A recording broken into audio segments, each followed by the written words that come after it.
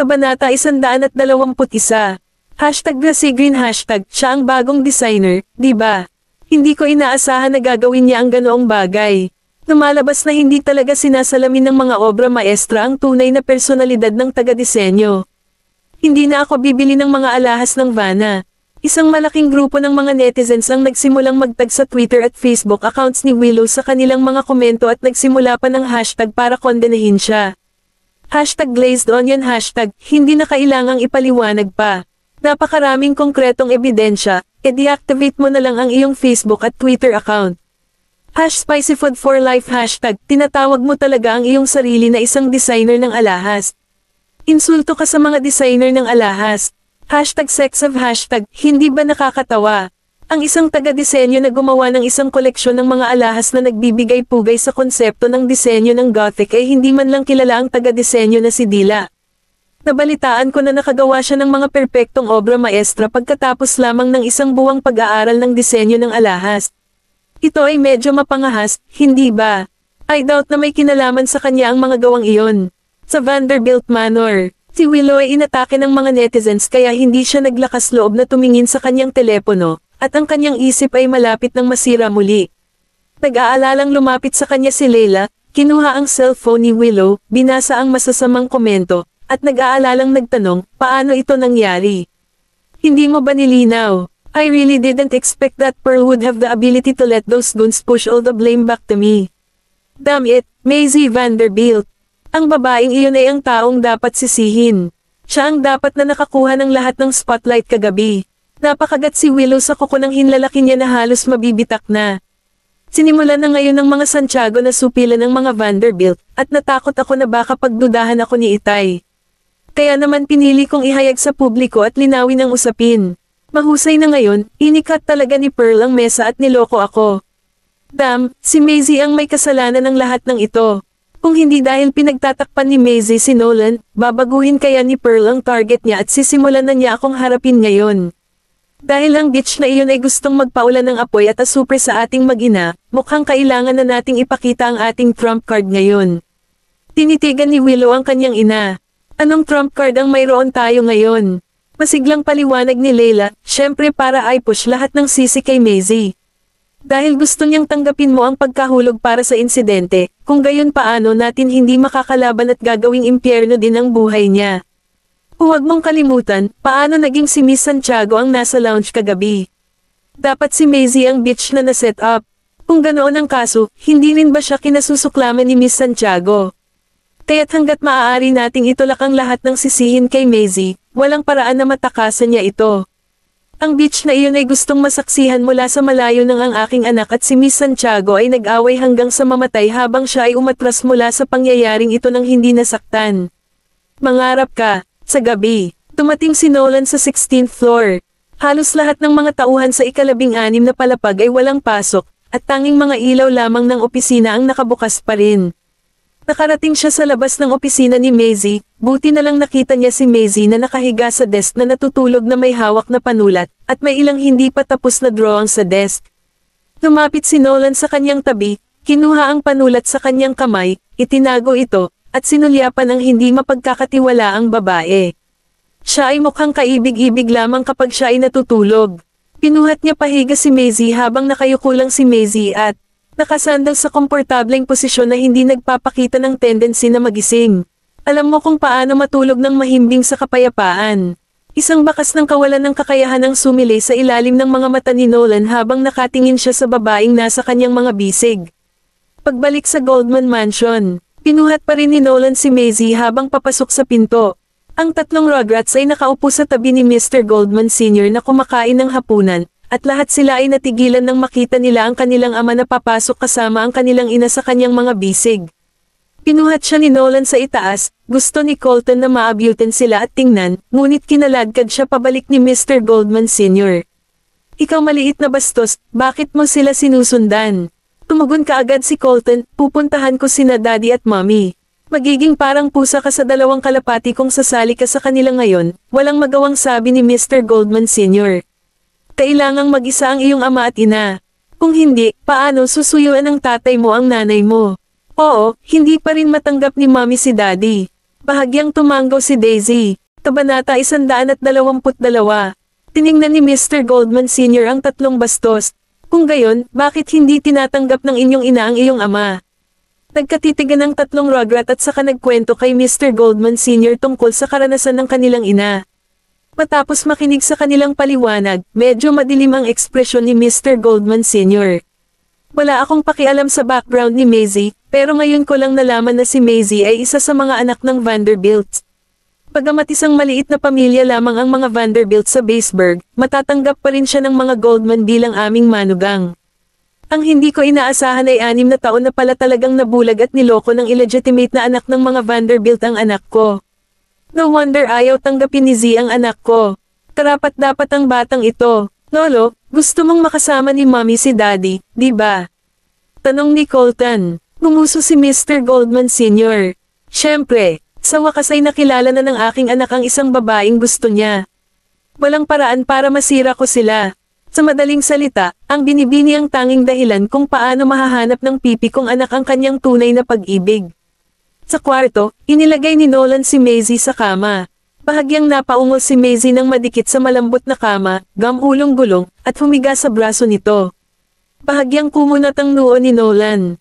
Ang malambot na sensasyon sa likod ng kanyang kamay ay nagparamdam sa kanya ng tensyon, at ang isang madilim na apoy ay bahagyang nagliliwanag sa ilalim ng kanyang mga mata. Talagang hindi makakatulog ng mahimbing ang babaeng ito. Tumagilid si Nolan at gusto siyang halikan, ngunit biglang tumunog ang kanyang telepono. Sinulyapan niya si Maisie, bumangon, at kinuha ang cellphone para sagutin ang tawag. Isang boses ang narinig mula sa kabilang dulo ng tawag. Mr. Goldman, nakahanap ako ng ilang impormasyon tungkol sa bagay na hiniling mo sa akin na imbestigahan. Nilingan ni Nolan si Maisie, na hindi pa nagigising, sinagot ang telepono, at lumabas ng silid. Pagkatapos ay pumasok siya sa study room. Paano nangyari? Hindi ko pa nalalaman ang relasyon ni Miss Vanderbilt at ng Metropolis ng Morwich, ngunit ang tanging palatandaan na natuklasan ko ay tila may background ang ina ni Miss Vanderbilt. Nakaupo sa likod ng mesa, kumunat ang noo ni Nolan. Kanyang ina. Oo, sinuri ko ang impormasyon at ikinumpara ito, para lamang malaman na ang ina ni Miss Vanderbilt ay maaaring mula sa De Arma. Ang kabilang partido ay mabilis na nagpadala ng isang piraso ng impormasyon sa computer ni Nolan, at natanggap kaagad ni Nolan ang file. Pagkatapos buksan ng file, mayroong 2 comparative na dokumento. Ang mga fingerprint ng orihinal na asawa ni Stephen, si Marina Gonzalez, ay eksaktong kapareho ng sa anak ng mga De Arma na umalis ng bahay. Medyo lumabo ang mga mata ni Nolan. Ang De Arma, hindi ko sila kilala. Ang De Arma ay isang marangal na pamilya ng Stoslow. Ang kanilang mga ninuno ay naglingkod para sa maharlikang pamilya at pinagkalooban ng mga Grandis at Dukedom. Gayunpaman, pagkatapos ng insidente sa pinakamatandang prinsesa, ang De Arma ay umatras mula sa maharlikang politika upang protektahan ang kanilang sarili, ngunit nanatili ang karangalan. Si Ginoong Hernandez de Arma ang kasalukuyang patriarch ng pamilya, at ang panganay na anak na babae ni Hernandez ay si Larissa de Arma, ang may bahay ng pamilya Lucas, ngunit ang kanyang bunsong anak na babae na si Marina de Ama, ay nawawala mula nang umalis ito sa bahay mahigit 20 taon na ang nakalilipas. Hindi inaasahan ni Nolan na ang ina ni Maisie ay mula sa De Arma. Sa oras na ito, nakatanggap si Nolan ng isa pang email. Pinuksan niya ang email, at naglalaman ito ng larawan mula sa mahigit 20 taon na ang nakararaan. Ang babaeng nakasuot ng itim na trench coat na bumababa sa cruise ship ay si Marina de Arma at ang blonde na lalaki sa likod niya. Si Erwin Lincoln. Mamayang gabi, hingal na hingal si Maisie nang magising. Ano ito? Ang lalaki sa tabi niya ay talagang natutulog habang nakayakap sa kanya, at siya ay sobrang durog na hindi siya makagalaw. Maingat na ginalaw ni Maisie ang kanyang katawan at mga braso at naghintay hanggang sa medyo gamaan ang pakiramdam niya at umupo ng dahan-dahan. Ang lalaki sa likod niya ay tumalikod at tumaob sa kanya, nakatitig sa kanya ng malungkot na mga mata. Gising ka na pala. Pwede bang bumangon ka muna? Naninigas ang katawan ni Maisie sa takot sa kung ano pang maaring gawin nito. Kabanata 123. Medyo malakas ang tunog ng gutom na tiyan ni Maisie sa patay na tahimik na ambience. Biglang ngumisi ang lalaking nasa ibabaw niya. Sa wakas nakaramdam ka na ng gutom. Akala ko matutulog ka hanggang madaling araw. Kinusat ni Maisie ang kanyang mga mata at sinabing, natutuwa akong alam mo iyon, kaya bumangon ka na. Bumangon si Nolan sa kanyang katawan at hinimas ang kanyang ulo. Ipagluluto kita ng hapunan. Nagulat si Maisie. Ano? Bumaba si Maisie. Akala niya noon ay makakatulog din siya hanggang kinaumagahan pero 2:00 pa lang ng umaga. Ngayong hapon, pagod na pagod siya kaya hindi niya alam kung paano siya nakauwi. Inihain ni Nolan ang kanyang hapunan sa kusina, at sumulyap si Maisie sa kusina na may bahagyang gulat na ekspresyon. Ang matangkad na lalaki ay nakatayo sa kusina sa kanyang mga pijama sa bahay na mukhang maluwag at maaliwalas, na naging dahilan upang tumingin siya ng medyo hindi matalas kaysa noong siya ay nasa kanyang karaniwang suit at leather na sapatos. Pero sinong maniniwala na ang lalaking nakapijama na naghahanda sa kanya ng hapunan sa kusina ay si Mr. Goldman. Pagkatapos ay nagdala siya ng isang mangkok ng ramen noodles sa mesa at espesyal na inihanda ang isang mug ng mainit na gatas para sa kanya. Naglakad si Maisie papunta sa dining table, umupo, at tumingin sa ramen sa bowl.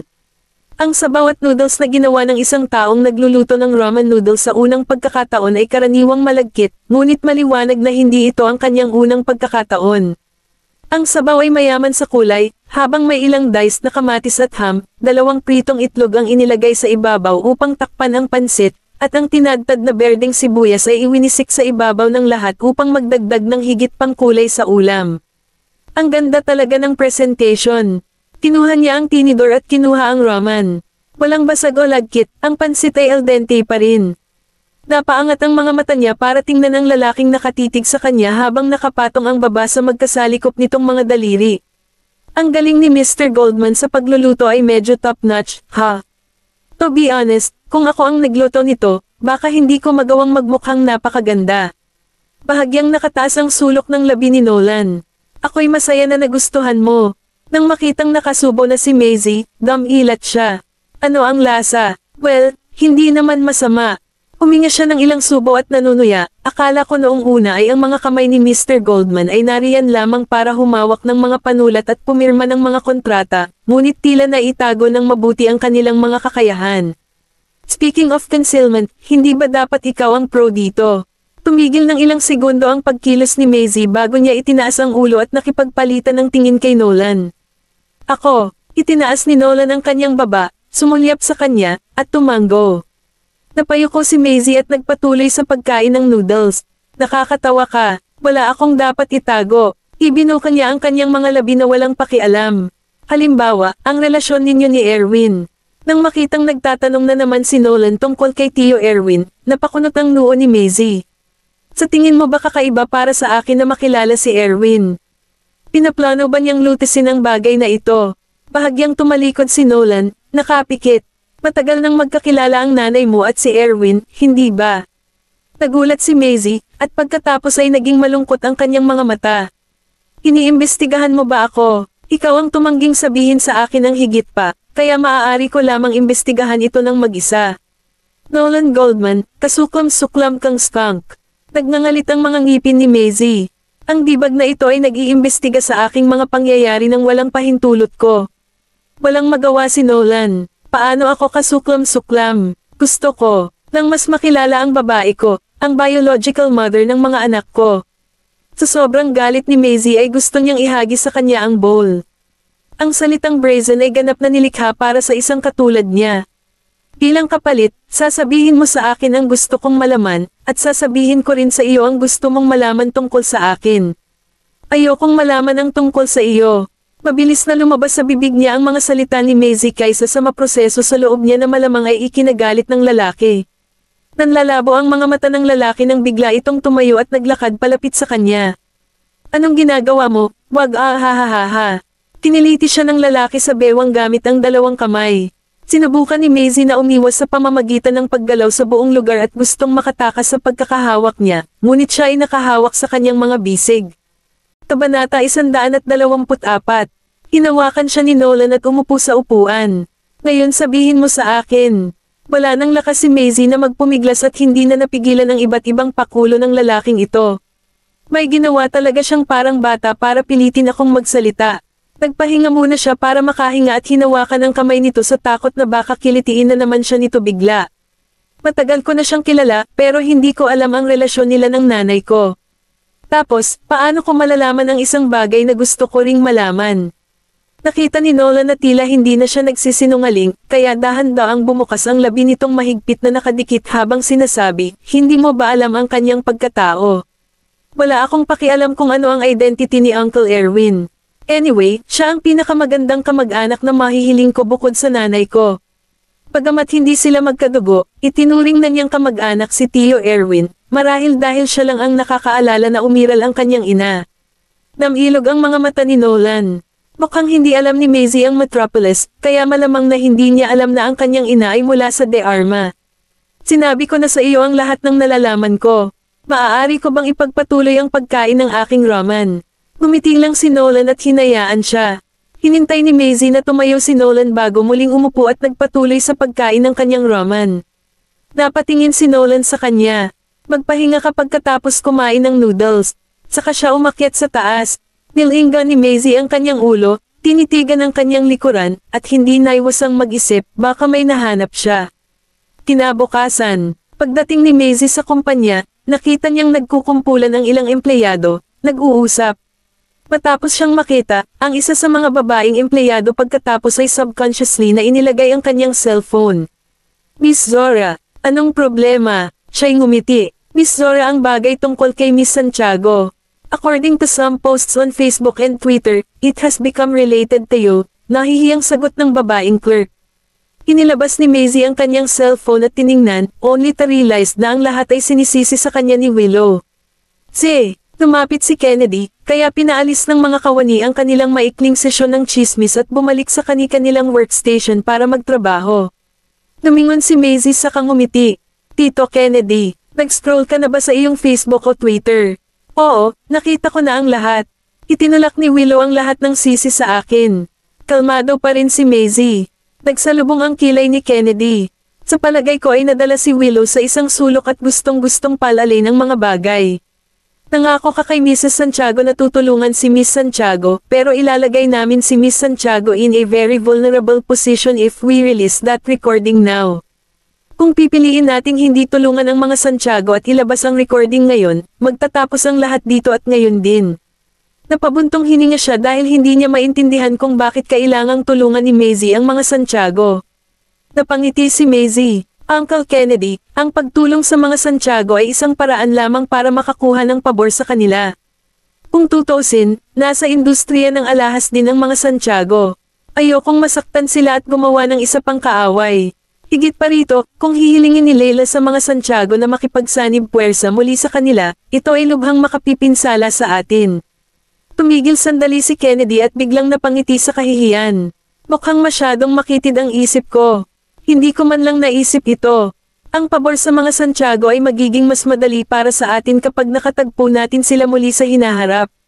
Kung itataboy din natin ang mga Santiago sa isang sulok, talagang hindi ito magiging kapaki-pakinabang para sa pag-unlad ng soul jewelry sa hinaharap. Bakit naging makitid ang utak mo? Sabik ka lang. Huwag kang mag-alala, dapat humingi muna ng permiso si Willow sa akin bago siya nagpasya na ituro sa akin ang mga sisi. Pumalik si Maisie sa kanyang opisina, binuksan ang kanyang laptop, at nag-login sa kanyang Facebook at Twitter account. Alam ni Willow kung paano iwasan ang mga akusasyon habang siya ay naglilibot sa mga post at mga session ng komento. Nagawa niyang magsalita sa isang malaking grupo ng mga netizens na paniwalaan ang kanyang mga salita sa loob lamang ng ilang pangungusap. Ang lahat ng ito ay kailangang ikredito sa larawan na nagpakita ng pagtulak ni Pearl kay Maisie at naging dahilan upang mahulog siya sa publiko noong isang araw. Kabanata 125. Naniniwala ang lahat na ang pagkakasala ni Pearl ang simula ng pampublikong paghihiganti ni Maisie. Napaawang ang sulok ng bibig ni Maisie nang kunin ang telepono para tawagan si Mrs. Santiago. Bandang 10:00 ng umaga, nagpost si Mrs. Santiago ng video gamit ang social media accounts ni Pearl. Ang kalagayan ni Pearl ay mukhang napakahirap sa video, at ang kanyang tingin ay natulala. Mukha siyang pamayat ng malaki sa magdamag, at tila may malaking pagkakaiba sa pagitan ng kanyang kasalukuyang sarili at sa napakarilag na mga selfie at larawan na karaniwan niyang ina-upload sa kanyang Instagram, Facebook, at Twitter account. Ang video ay malinaw na ang kanyang unang online na hitsura pagkatapos ng insidente. I was in a conflict with Miss Vanderbilt, ngunit hindi si Miss Vanderbilt na naglagay sa akin sa kapahamakan. Sinamantala ako ng gabing iyon, na naging dahilan para madali akong maniwala sa mga salita ng iba. Wala na akong gustong i-cover, kaya pinopost ko itong video para humingi ng tawad sa lahat. #BruceChicks nagpost ng video ang aktwal na biktima para linawin ang buong pangyayari. Kumising na kayo, mga haters. Itigil ang pagiging brainwash ng designer. #studied for nothing. #mukha talaga siyang haggard. Sa totoo lang, ang isang batang babae ay napahamak ng ganito, ngunit kailangan niyang kutsain ng publiko. Tiyak na papatayin ko ang salarin sa likod ng buong pangyayari kung siya ang aking anak. #sex of lahat kayo ay isang grupo ng mga fucking haters. Sinusubukan mo pa ring ipagtanggol ang babaeng iyon, ang ebidensya ay masyadong maliwanag sa pagkakataong ito. Sa Vanderbilt Manor, hinampis ni Stephen ang tablet sa mesa at itinuro si Willow ng galit na galit. Tingnan mo ang mga bagay na nagawa mo. Takot na takot si Layla na nakatayo sa gilid. Pagkatapos ay lumapit siya kay Stephen. Mahal, huwag kang magalit sa lungguhit, ikaw, umalis ka na rito. Inalis ni Stephen ang kamay niya. Tingnan mo ang anak na pinalaki mo. Ang mga Santiago. Ang mga Santiago ba ay isang random na pamilya na maaari niyang maliitin? Sigaw ni Stephen kay Layla. Napakagatlabi si Layla. Halatang halata na labis siyang naagrabyado. Diba dahil sa bitch na yan, si Maisie? Hindi akalain ni Willow na magbabago ang isip at kakampi si Pearl kay Maisie. Ito siguro ang ideya ng bitch na iyon. Dapat ay siya iyon. Anong kinalaman nito kay Willie? Si Miss Santiago ang piniling maniwala kay Willie nang ang ginawa ni Willie ay isiwalat ang ilang impormasyon sa kanya ng napaka-casual. Bukod dito, si Miss Santiago ay orihinal na sasaktan si Maisie.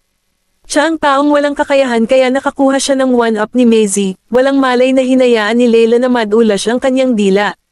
Nang makita ang unti-unting pagkulimlim ng ekspresyon ni Stephen, gustong magpaliwanag pa ni Layla, ngunit isang sampal ng backhand ang damapo sa kanyang pisngi.